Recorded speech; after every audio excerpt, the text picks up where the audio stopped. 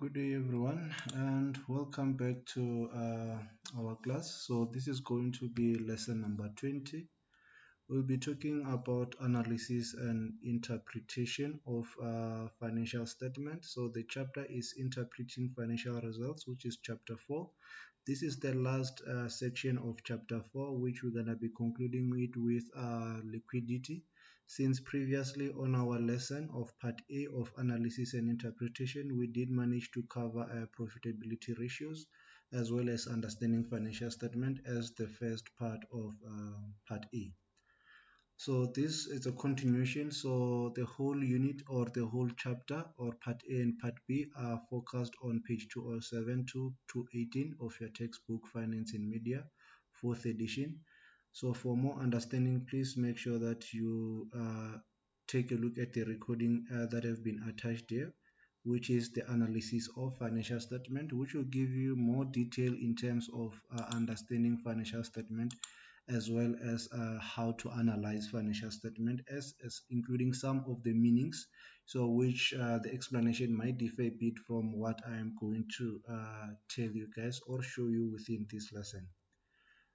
So it is always important that you attend your classes regularly. Make sure that you participate in the engagement and practices which is we're gonna do during classes, as well as participating in the online discussion, as well as completing textbook activities that you are given in terms of each and every lesson that we are going to cover.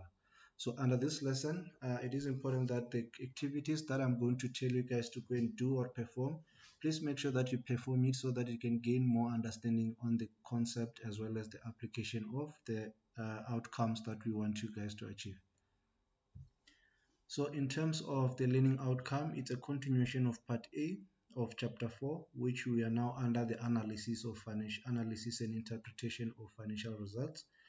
So the learning outcome of this lesson are still the same as of part A, which is understanding the financial statement of the company, being able to explain the different uses of financial statement, types of financial statement analysis, limitation of using financial ratios, discussing the requirement for financial ratios, and calculating and interpreting financial ratios. So today's lesson will be focusing more on the liquidity ratio, since I've already introduced all of these other elements under your learning outcome, which are the one listed here. So the only part that we were left off was to explain the liquidity ratio and how liquidity ratio gets to be calculated and the meaning of the liquidity ratios as well as their interpretation. So what I'm going to do is that from now on, I'm just going to actually get to first do a quick recap on some of the things that I believe are important for us to actually get to revise before we move there, so that we still get to have the fresh understanding of financial ratios. So financial ratio here, it says that financial ratios are more understandable than financial figures in financial statement. So this is just an indication that when we take a look at financial statement, even though financial statement are just showing us figures in terms of how the company performed during the financial period, so they didn't give us much understanding in terms of how much profitability did that company manage to make out of its assets, how much usage of its inventory was used or was generated or was actually used as part of operating or utilized to generate more revenue, and in terms of how fast does the company gets to collect its cash from its debtors. So financial statement will just only indicate us the figures to say that this is the profit of the company, this is how much trade receivable the company have, this is how much trade payable the company have, and this is how much profit it generated, and this is how much the owner's equity contributed to the company. So with financial statements, with financial ratios, they allow us to be able to see in terms of the usage of the company's capital to say that the return over the company capital provided by the owners of the business is this much, where we get to perform the return on average owner's equity.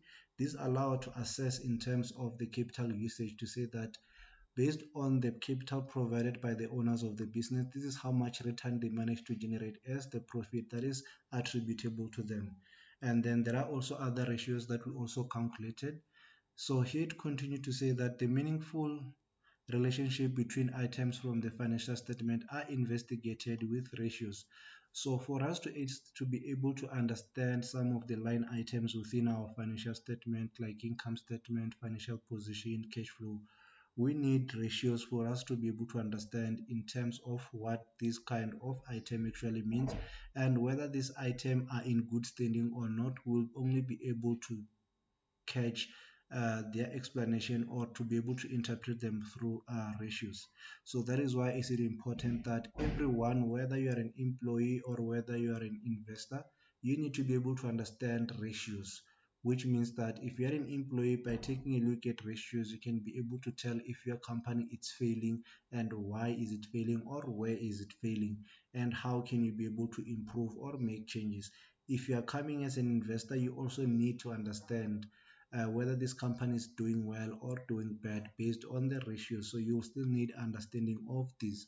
So that's why this is basic for each and every person, whether working at a media industry or working um, at a finance industry, manufacturing industry. You still need understanding of this to be able to pinpoint whether your company is doing well or it's actually improving in terms of its operation. So some of the requirements for financial ratios is that they have to be meaningful. So meaning that when you perform your financial ratios, make sure that the information or items that you use to calculate, they are inconsistent, they are consistent in a matter of being able to use them. You can't actually go and use information from one financial statement and then come and take another information from a different year. So meaning that they have to be a logical comparison between the items that you are actually comparing. So they have to be meaning, so they have to be have a meaning inside them. So when we say that we are trying to calculate the return in terms of owners equities capital provided to the company, to say that the owners have provided capital, let's see how much return have they generated based on the capital that they've provided, is to go and say that let's take a look at the net profit, which is what the owners of the business will share amongst themselves. So we are comparing that against the capital that they provided as a return, to say that how much of the capital provided have been received back as a return from the net profit. So therefore we compare that against as a percentage of the owner's equity average owner's equity capital. Therefore it will give us an indication to say that this financial period the owners managed to gain a capital return of 10% or 15%. So therefore that gets to have a meaning. So that's the type of requirement that a financial ratio needs to have. So financial ratios needs to have meaning. And then we've got relevancy. So a financial ratios needs to be relevant. So they have to have true indication of a financial situation. So that's why we get to use a specific financial statement for a specific financial period, so that we get a true indication of what actually happened during that specific financial period. Another thing is that they need to be comparable. So meaning that you don't get to change the way you calculate a specific ratio each and every year, because they won't be comparable. You won't be able to actually get to see the trends between your financial statement or your financial performance or your financial position within your company. So meaning that for you to be able to do that, they need to be consistent in the way that you calculate each and every ratio. So meaning that you don't get to change the way in which you calculate the ratios. So we also had limitation of financial ratios, which was explained in the previous lesson, where we've got historic information to say that financial ratios, they've got a limitation in terms of usage of data. They actually get to use historic information for us to be able to interpret what the company is actually going through. And another thing we talked about, changes in accounting policy as a limitation, to say that financial statements are limited based on the accounting policies, to say that if the accounting policy in terms of treatment of an account gets to change, to say that in order for us this account, we are no longer going to record information that includes the following elements or that includes the following type of transaction within this account. So this means that the ratio for this financial period will differ from the other one, because the other one, when we calculated, the figures that were used included a specific types of information and amounts which are relating to a specific accounting standard, meaning that Now we are comparing information that were generated from different standards. So meaning that will be the limitation, to say that when we perform financial ratios, we will compare only financial ratios of different years based on the fact that they've been done under the same, those figures or information that was used was done under the same accounting policies or standards. Then another thing is that financial statements can be manipulated by managers, so that they can represent that the company is doing well to attract investors. So therefore, financial ratios, they have got a limitation in terms of data that is being presented. We assume that the data presented in the financial statement have been presented in good faith and they have not been altered. Another thing is the period of analysis. We can only perform financial ratios over a period of 0 to 12 months. So that is 1 year. So meaning that if you want to compare information, you have to compare information for each and every financial period. We cannot perform a ratio for 5 years under one ratio. So we can only perform a ratio for each and every year, and then gets to calculate the average ratio in terms of the specific, from the range of from the first year to the fifth year. And another limitation is that financial statement uses summarized data, which is our financial statements. So what happened with our financial statement is that the data presented within them have been summarized. So those are balances of each and every specific account. They do not give us details in terms of how the company, how did we manage to reach that account, or how the company was operating during the year. Only the books of the company will give us that details. But in terms of financial statement, we get to receive summarized information, which are balances of the company's performance, as well as the position, which is the statement of financial position. And we get to use that to analyze the full company performance. So meaning that our data that we are using, or our ratios, are based on summarized data. So that is another limitation in terms of the financial statement. They don't get to give you full details in terms of how the company operated during the whole year, but they give you an overview or a summary in terms of what this company have managed to achieve during this specific financial periods, because it's using summarized data. And then the types of ratios that we talked about is profitability, and today we're going to be talking about the liquidity ratio. So in terms of profitability, we talked about gross profit, we talked about net profit, we talked about return on average owner's equity, which indicates the profit that the return in terms of capital provided by the owners. This one, the net profit, represented the net profit as a percentage of revenue that was generated, to say that from the revenue that was generated, the following amount was a percentage of, or this following amount is a percentage of revenue, as a percentage of revenue. And then today we're going to be talking about liquidity, where liquidity we're going to be talking more of the following ratio: the current ratio, the AC test ratio, the average trade receivable collection period, the average trade payable period, as well as the average inventory turnover period. So those are some of the ratios that we are going to be taking a look into. So in terms of liquidity, so here it says that liquidities refer to the ability to honor short-term obligations.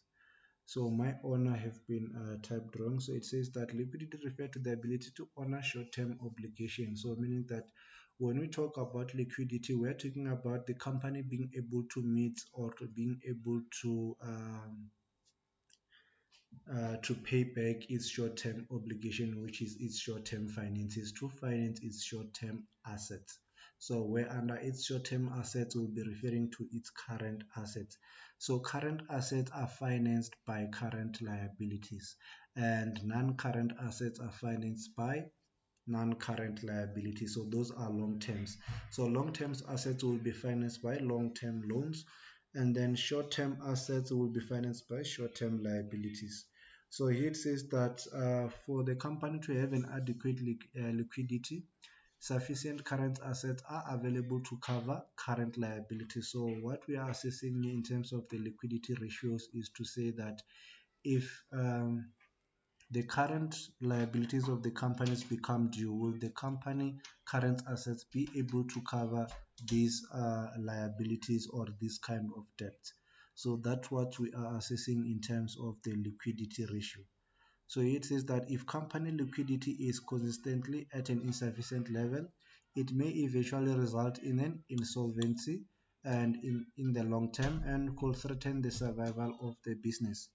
So when we talk about the solvency, we are referring to the company being able to meet its long-term liabilities. So solvency, it's talking about long-term, and liquidity is talking about short-term.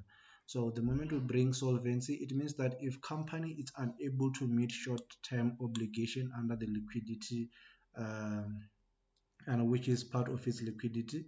So it means that it will also suffer in terms of paying its long-term debt. So meaning that that affects its solvency.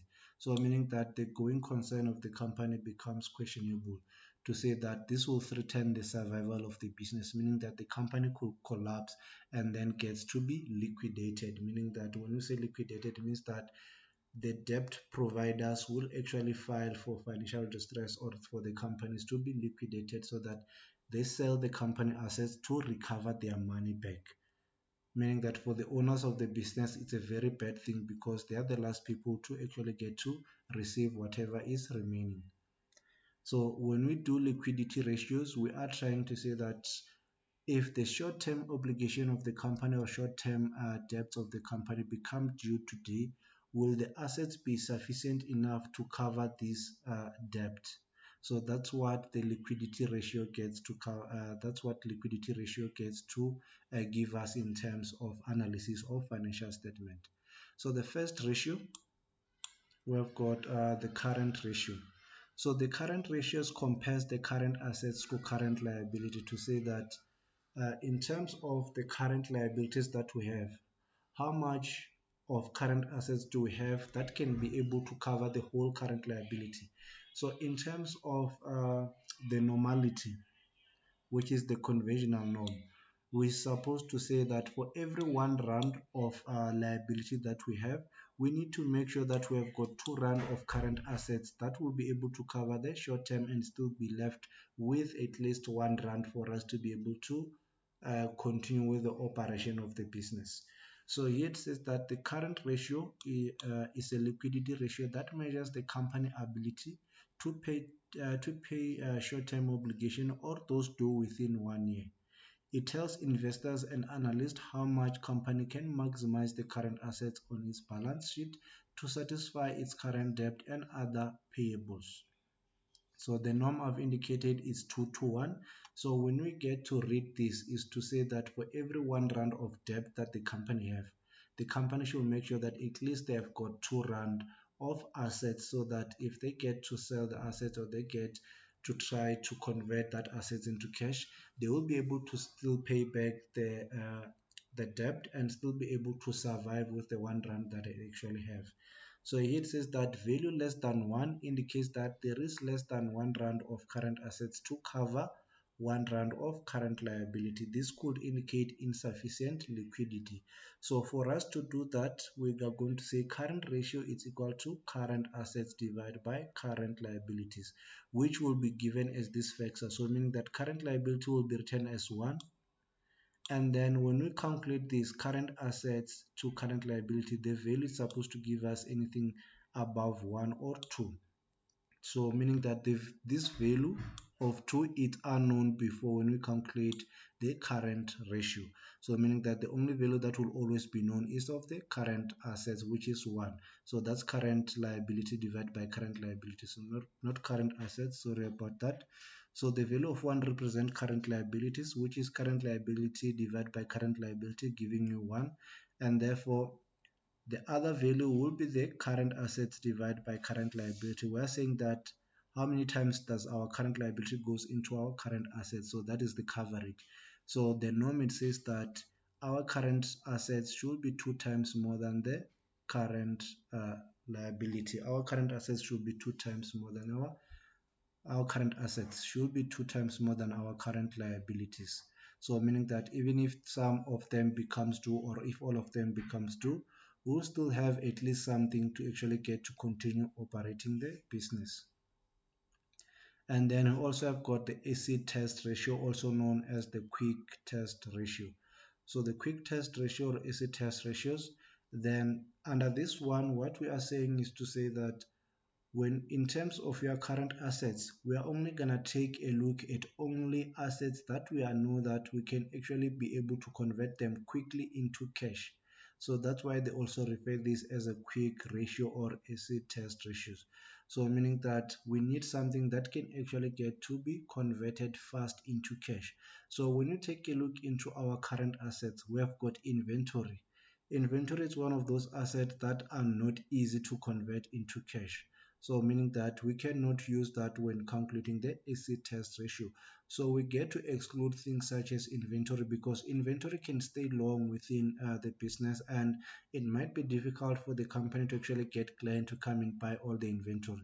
So meaning that if our liabilities become due, therefore we won't be able to pay back what those liability, and therefore jeopardize the business in return. So therefore the norm for this one is to say that for every 1 rand of liability that we have, we need to make sure that we have got at least 1 rand of assets worth excluding inventory. So that even if we don't have that, even though we exclude the inventory, if this become due, we do have enough assets that we can actually get to convert into cash. So this already include cash itself as well as accounts receivable. We do know that people that gets to owe us, if they don't get to pay back, we can take something of theirs which was written down as a security or collateral, and therefore you sell it to recover our cash and pay back our debtors.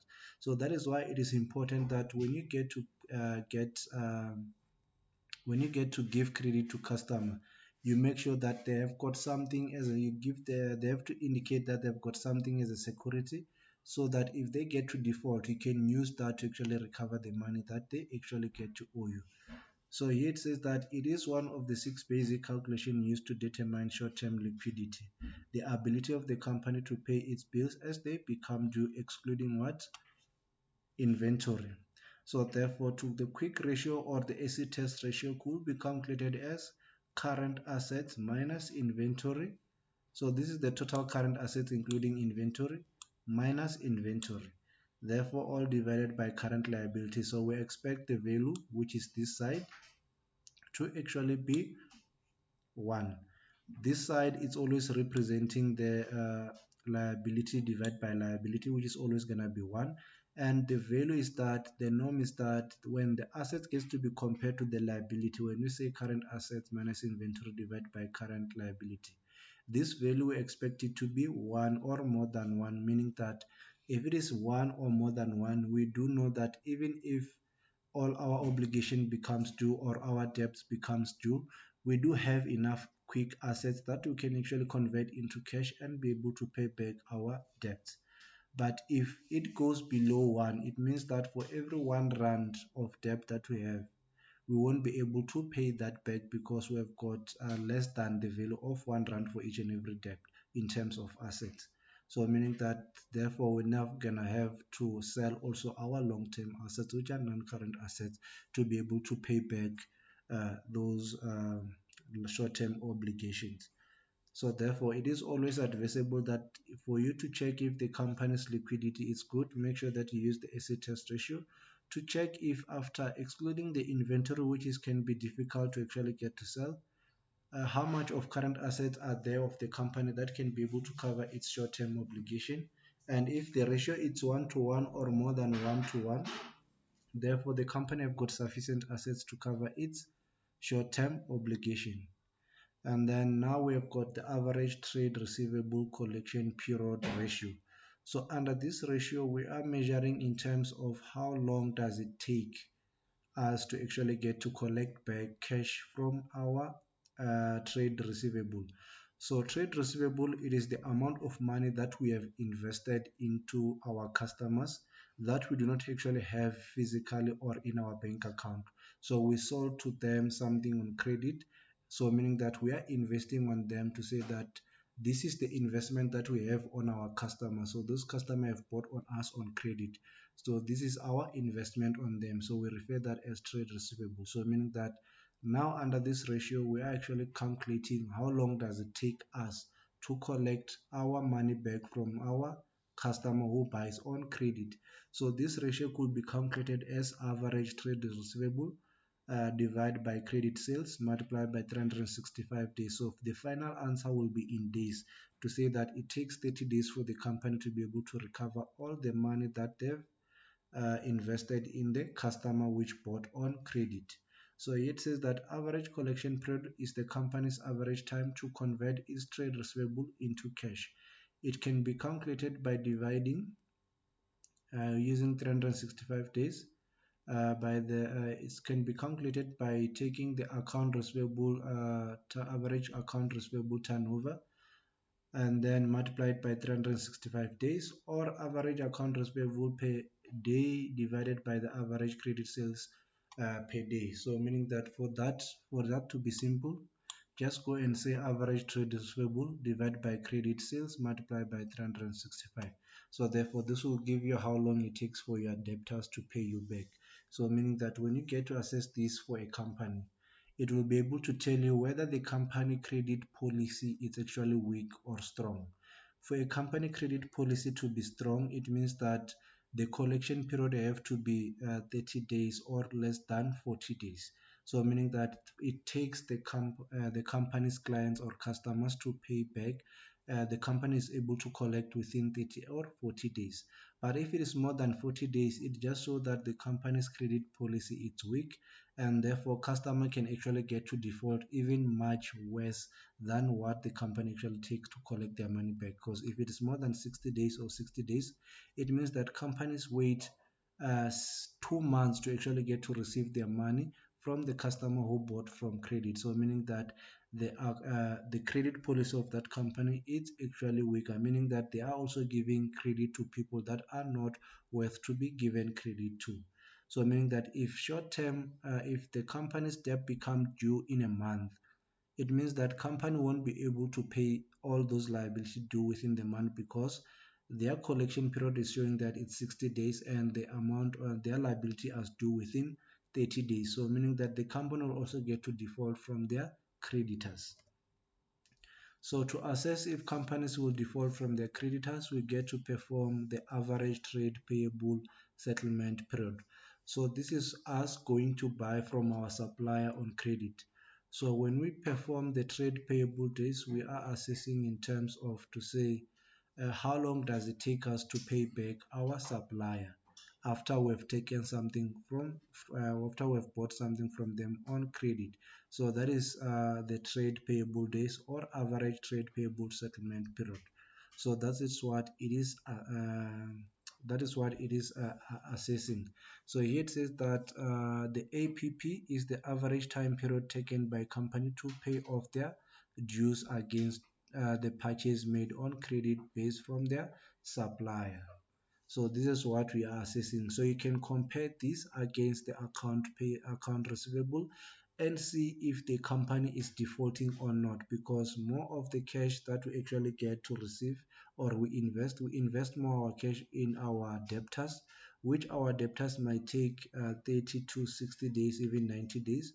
So if our debtors average trade payable is more than our trade payable, if our trade receivable days are more than our trade payable days, it means that company is defaulting a lot in terms of paying back, meaning that we are paying more of our creditors with cash that we don't actually get to have, because more of our cash is also sitting in our trade receivable. So meaning that we might either be using either debt to pay back again our credit purchases. So meaning that a company have to find a way of reducing their account receivable collection days, so that their trade payable days, they can match their trade payable days. So meaning that when they receive the amount from their customer, they are also able to pay back their suppliers. And then lastly, this is return on average owner's equity, which I've already explained on the previous lesson. So the last part is the inventory turnover ratio. So the inventory turnover ratio focuses on the investment in inventory. So what we are checking here, we are checking how many times do we convert inventory into cost of sales so that we can generate revenue. So the inventory turnover, we do not get to use turnover refers to revenue. So we don't get to use revenue. So what we are assessing here, we are assessing in terms of our inventory. How many times in a year do we convert our inventory into revenue? So here we get to compare inventory into cost of sales, because cost of sales is the one that allows us to generate revenue. Inventory, it's just a purchase of assets that we are going to sell. Until that asset gets to be sold, therefore it will stay as an inventory. But once it is sold, therefore we refer that as cost of sales. So for us to check how many times we convert inventory into revenue, therefore we then compare inventory to cost of sales, which is once inventory it is sold. So here it says that cost of sales is determined by the amount of inventory that is sold, so which is the inventory ratio, does not focus on the value of the company turnover. So cost of sales figure is used instead. So therefore we're gonna say cost of sales divided by inventory. So this will give us the number of times our inventory gets to be converted into cost of sales. Therefore, we can be able to say that the company uses inventory 5 times, or convert inventory 10 times, or 5 times, or 3 times into cost of sales to be able to generate revenue. So therefore, meaning that most of the time this will indicate if our revenue is coming from cost of sales. So there are also other ratios that are performed in terms of turnover ratios under liquidity. So we also have got property, plant and equipment, where we get to assess in terms of the equipment properties that the company own, how often does the company use those property, plants and equipment to generate revenue. So that ratio also gets to be measured in times to say how many times do we use our own assets to generate revenue. So that's what this ratio is all about. So here we've got class activity, which is we're gonna use example 4F. So the ratio is always given as x to 1, where x represent current assets divided by current liability, and the 1 represent current liability divided by current liability, which is gonna give us 1. So we are referring to values, not just words. So when we say current assets divided by current liabilities, so we're referring to the value in the financial statements of the company. So let's go and calculate this, or take a look into how these were calculated in our textbook. Example 4F.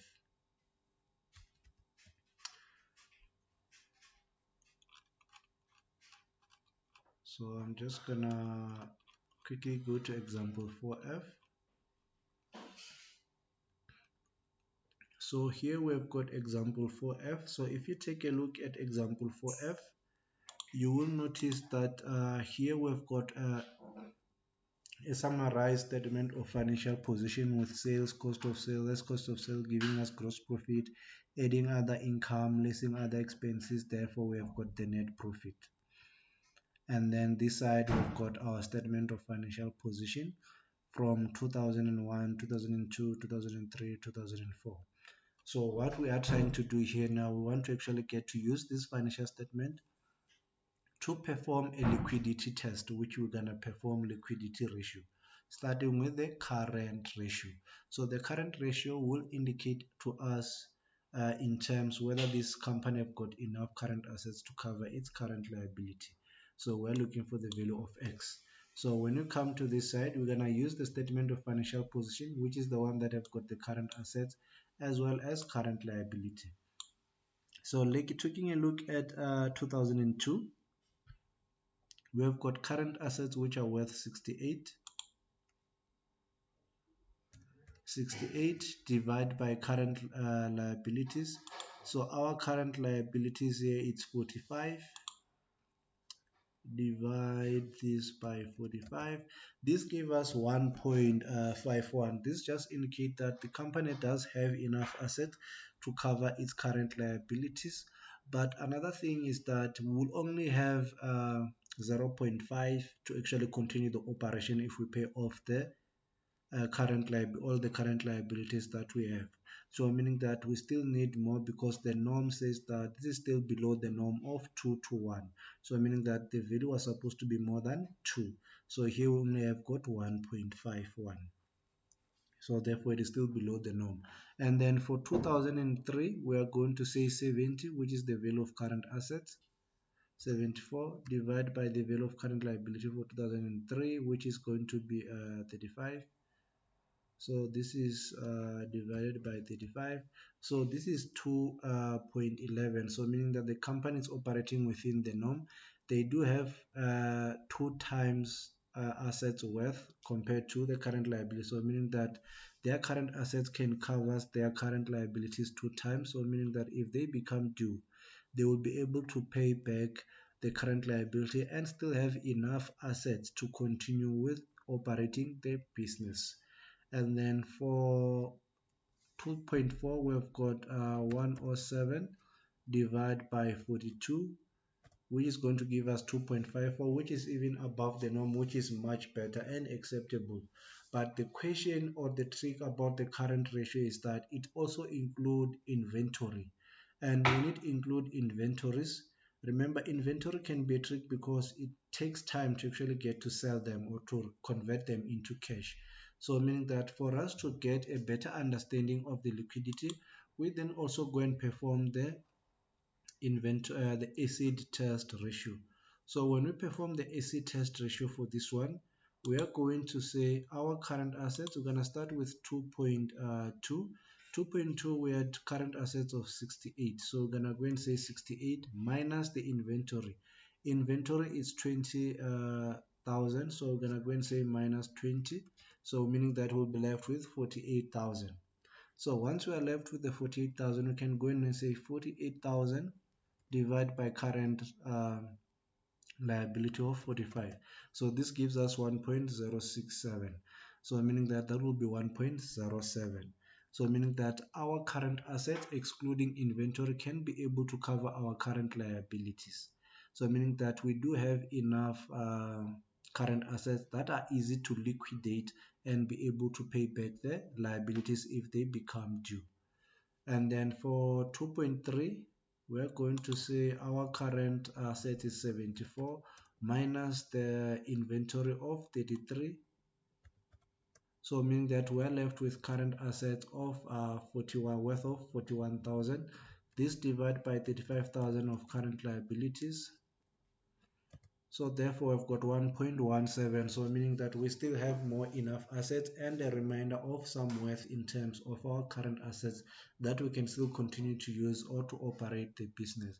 So meaning that this business in terms of liquidity, it is operating under sufficient, it have got sufficient liquidity. So meaning that it have enough assets to continue operating even though if its current assets, even though its current liabilities become due.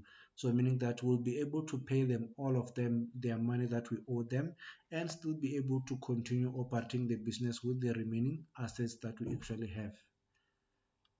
So this is the liquidity ratio that I was showing you guys. So this is the current assets and this is the acid test ratio. So now we are going to do the inventory days. So with the inventory days, the account average trade receivable days. So trade receivable days, we're gonna take a look in terms of purchases to say that how often do we sell our stock on credit. So we take a look in terms of credit. So here it says that the business publishes educational books and sell them at a markup of 50% on cost. 80% of sales are made on credit. So meaning that if we go back to our sales, let's use the one for 20.2. So the one for 20.2, we've got 490,000 worth of sales. So if we multiply this by 80%, so meaning that credit sales are worth 392,000. So these are credit sales. So meaning that we are selling to our customers, 80% of them they are buying on credit and they pay us later. So now in terms of account average trade receivable collection period, we are assessing how long does these customers actually take us to pay back in terms after they've bought on credit, or how long does it take us to collect our capital back once these guys buy on credit from us. So I've got 392,000. And then in terms of trade receivable, the balance at the end is 28,000. So we are going to say 28,000 divide by 392,000 multiplied by 365 days. So meaning that it actually takes us 26 days to collect from our customers. So meaning that our credit policy is in good standard. So we have got what we call a strong credit policy, because it takes us less than 30 days to actually get to collect our money that we have been owed by our account receivable. So if you come here, you will be able to see that I'm just gonna go to account receivable. So you'll be able to see that here we've got 27.93. So what I performed for 1 year. So since the formula is using an average, so we're gonna when you perform an average, so you're gonna come here and say your account receivable is 31. For if we're calculating for 20.2, we're gonna go and say the one for 20.1 was 32 plus the one for 20.2, which is 28. All of these added together and divide by 2, so meaning that that will be 28 plus 32 divide by 2, that is going to give us 30. So meaning that our average trade receivable for 20.2 is 30. So therefore we can go and say uh, 30,000 divided by 392, which is our credit sales, therefore multiplied by 365 days. This will give you 27.93, which is the one that you saw this side. So these are the number of days it takes us. So it is still within 30 days. But as time goes on, you will notice that on 20.3, the collection period now becomes longer, and when it comes to 20.4, the credit collection period becomes longer and becomes 46.79. So meaning that it is taking more than 30 days for us to collect our money. So meaning that the company might be even giving credit to people that are not having good credit score or good credit record. So meaning that these guys, they take long to pay back. So meaning that this can become an issue for the company that had in the beginning a credit collection of less than 30 days. So meaning that they need to reevaluate their credit policy in terms of how they give their credit to their customer.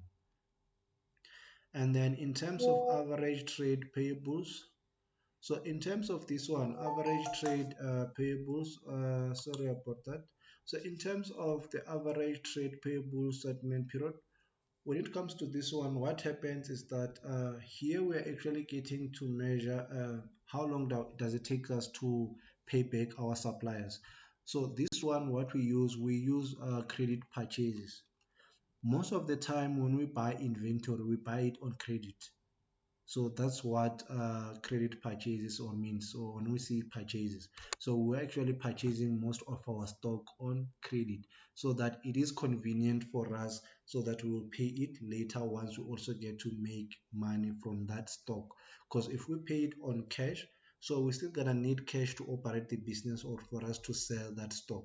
So therefore it will be convenient for us to pay these assets, to purchase these assets on credit. Same applies to our customer who buys on credit. It is convenient for them to buy on credit and pay us back when they get paid by their employers. So that's the convenient from both sides. So here it says that 75% are on credit.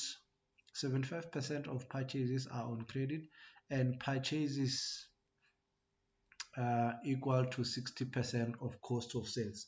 So what is happening here under this statement is to say that our purchases are equal to 60% of cost of sales, and from these purchases 75% of it is on credit. So let's go and calculate how much is our purchases.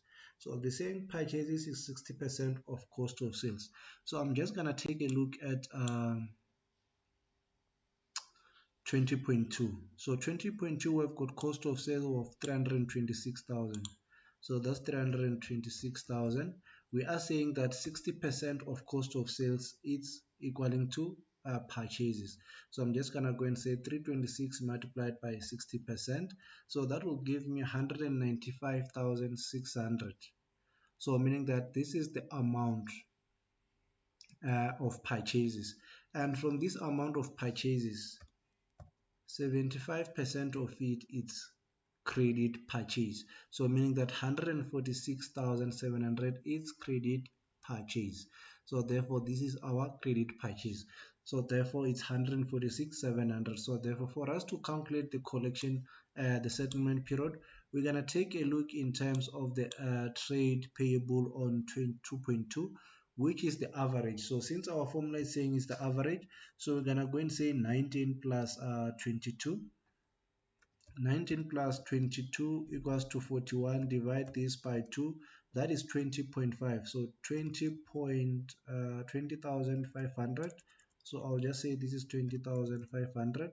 So this is our average trade payable. Divide 20,500 divide by 147,500, which is our credit purchase, multiplied by 365. This will give us 50 days. So it actually takes us 50 days to pay back our supplier during the period of 2.2. So that is what actually got to happen during this period. So therefore, if we go this side, we should have something similar to that in terms of days. So here you can see it takes us 51.05. So mine have been rounded off, or I used an incorrect figure in terms of the credit purchase. So I just try to memorize it, meaning that mine might be a bit bigger. So therefore, but the correct, it's 51 days. So it actually takes you 51 days to pay back your supplier. And when comparing to this, you collect your cash 27 days and you pay back the supplier in 51 days. So meaning that our supplier have got the supplier's credit policy, it's a bit weak, because in terms of us paying them back, we are paying them back after 51 days. Either we are being charged interest, because if it is due within 30 days, and then for 20.3 it is 50 days, so we paid them in 50 days. In 20.4 we paid them after 62 days. So meaning that our collection period is lower than our payable or settlement period. So meaning that the company, in terms of collecting, it's collecting before it settle its payable. So meaning that that's a good thing. But if this was vice versa, that would be a bad thing for the company. So this is a good thing for the company, because we receive cash and then we are able to pay back our suppliers, unlike when we get to pay our supplier first without having enough cash being collected from our trade receivable. So this is what these two account actually gets to mean for us. And then the inventory turnover. So inventory turnover says that this is the cost of sales divided by average inventory. So meaning that for 2.2, for the year 2.2, what we are saying is to go and say that on the year 2.2. So under the year 2.2, we are saying cost of sales divided by average inventory, to calculate how often do we convert our inventory into cash. So let's first start by calculating average trade receivable, average inventory. So I've got an inventory of 20 for year 2002. So we're gonna take a look back at the one for 2.1.